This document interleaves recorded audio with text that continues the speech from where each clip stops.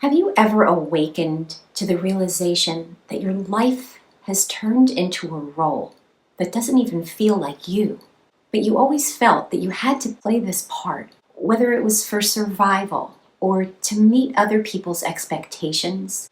Maybe this feeling was unsettling, so unsettling that you decided to let go of this part you were playing to discover who you really are. But as happy as you are with the idea of letting this old life go, you're hit with a sense of loss that you can't comprehend. Why are you feeling grief when you're on this journey of finally discovering the wonderful, real you?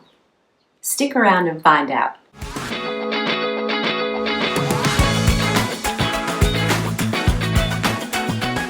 Hi, I'm Hope. I'm the author of the book, The Creative Toolbox, a practical guide to discovering and using your creativity. And I love helping people explore intuition, creativity, and self-awareness for a freer, more conscious life. To help more people access this information, please like and share this video and subscribe to my channel. When you finally decide to let go of a role you've played that you thought you had to be, you may experience identity grief, which is the emotional process of letting go of this false self. It may feel kind of like mourning the loss of a loved one, but rather than grieving the death of a person, you're grieving the loss of the identity you had assumed. After all, it was a big part of your life. You played a role. There were expectations involved from others and yourself. You formed a self-image that influenced how you lived, your choices, and your feelings of self-worth. You may experience a multitude of emotions, such as sadness, as you mourn the death of a life you thought you would have for as long as you lived. Disorientation, because you know you're not the same person anymore, but you may not know who you really are yet. Guilt or shame, because you may feel like you're letting others down because they had certain expectations of you. A sense of relief combined with fear because you have the freedom of walking away from the false identity, but you're still uncertain of who you really are. And anger at the systems, people, and past situations that contributed to your assuming this inauthentic identity. So where does this false persona come from? There are different sources. For most of us, we find ourselves in certain family roles due to expectations, such as the responsible one, the peacemaker, the troublemaker. The cultures and communities we grow up in have certain expectations that shape us. There may be expectations of us regarding our career paths or the very definition of success. Following such expectations may have felt like survival to some of you, as you had to be a certain way to feel safe, loved, or accepted. However, one day you may have woken up to the realization that you are playing the role of someone who isn't even you. You are acting the part of someone you learned to be. And if that isn't startling enough, you realize that if you let go of this character you're playing, you have no idea what you would do because you're not sure who you are. And that's why letting go of this identity you assumed hurts so much. Even if the identity causes you pain or feels inauthentic, at least it provided you with structure and consistency. There was something about it that made you feel worthy or that others valued. And you felt that to some degree you belonged somewhere and had some semblance of control. So it can feel emotionally overwhelming to you because your mind would rather have familiarity that feels inauthentic than freedom that feels directionless. The irony is that even something that you know you have outgrown may require a grieving process. If you are known as the high achiever, you may need to let go of the constant validation you received. If you were always the strong one, you might need to grieve the loss of always being needed. If you were always the one with the picture-perfect life, you may need to let go of the certainty you felt about your plan. This is easier said than done, because while you realize that you have worn the mask of someone who is not really you. Social mirrors are everywhere. What are social mirrors? They are the ways other people reflect images of you back to yourself. Over time, you start to believe the reflections are who you are.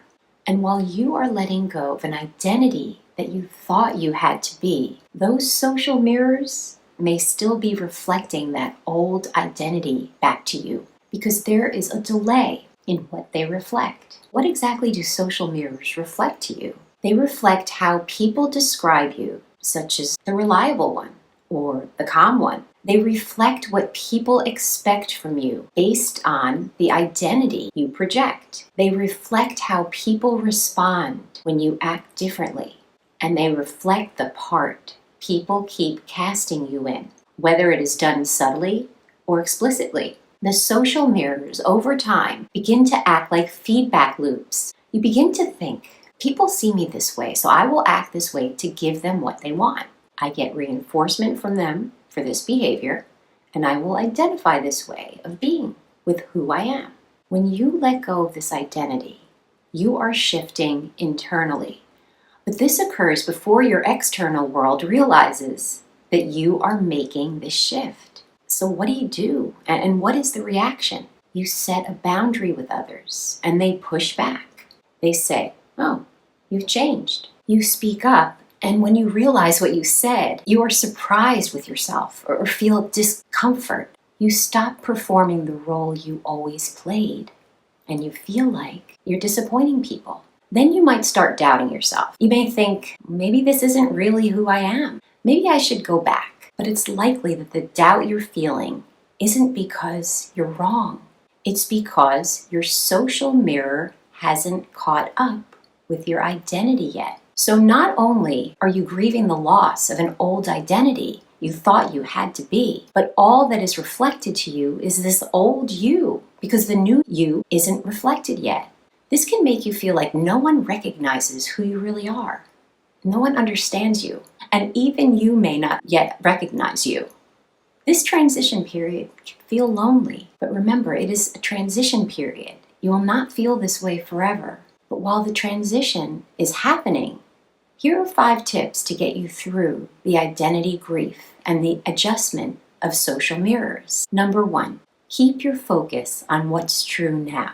You don't have to have your whole identity figured out all at once. Instead, focus on what feels true today. If you continue to keep your attention on what's real in the moment, you will eventually have enough moments to begin to understand who you truly are. Number 2, keep what's real. As you let go of what you know does not define you, it doesn't mean that everything from the old identity was false. There may be aspects of how you defined yourself that truly are a part of your authentic self. Just take this exploration of your new identity slowly so you don't burn down every aspect of your old identity. New versus old identity is not always such a black and white process. Time is needed to observe, discern, and integrate. If you take the time needed in this process, you shift from a life shaped by obligation or survival toward one shaped by choice. Number 3, watch actions, not reactions. Keep your focus on your behavior, not the feedback you get from other people.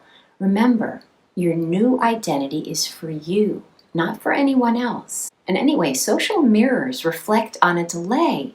So it is not anyone's fault for reacting to you in a way that you find less than desirable. You've probably taken others by surprise. So give others some time and keep the focus on your own activity. Number 4, let some mirrors fade.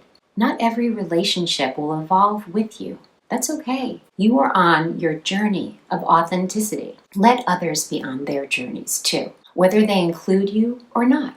And number 5, seek new mirrors. As your social mirrors catch up to reflect more of your authentic self, you will attract people who reflect who you're becoming, not who you were. These reflections may serve as new potential relationships and encouragement to keep going on your authentic journey. And if you do keep going, there will come a time in which recognition of your identity will not require the reflections from others. You will recognize your truth from your own state of alignment. And that's where true freedom comes in. Freedom from having to perform to feel worthy. Freedom from constant self-monitoring about how you're coming across to others. Freedom from obligation that no longer fit who you are. And freedom from the fear of stepping out of an identity that once made you feel safe but unfulfilled. This sense of freedom comes on subtly. It may show up as the relief of putting down a heavy weight you were carrying for a long time, or making a decision peacefully or neutrally, or having the flexibility to respond to situations rather than making sure you are playing your role or reacting as you honestly feel instead of how others expect, or feeling your energy return as you spend less effort maintaining an image. And you may have a sense of spaciousness as what no longer resonates begins to dissolve and not quite know what to do with it. With freedom and spaciousness gained comes a loss of several things you had, like approval from those who want you to assume your former role, a script for how to behave in your former role, and the predictability for feeling accepted. Freedom is not free. It comes with responsibility. This can feel empowering, yet scary. But in time, you will develop self-trust, alignment, discernment as to who you connect with, and the ability to set limits based on who you are. In essence, you're not just free to be anything. You're free from having to be something that was never fully you to begin with. Do you feel like you want to shift into a more authentic version of yourself? What's one small step you can take today in this direction? Comment down below.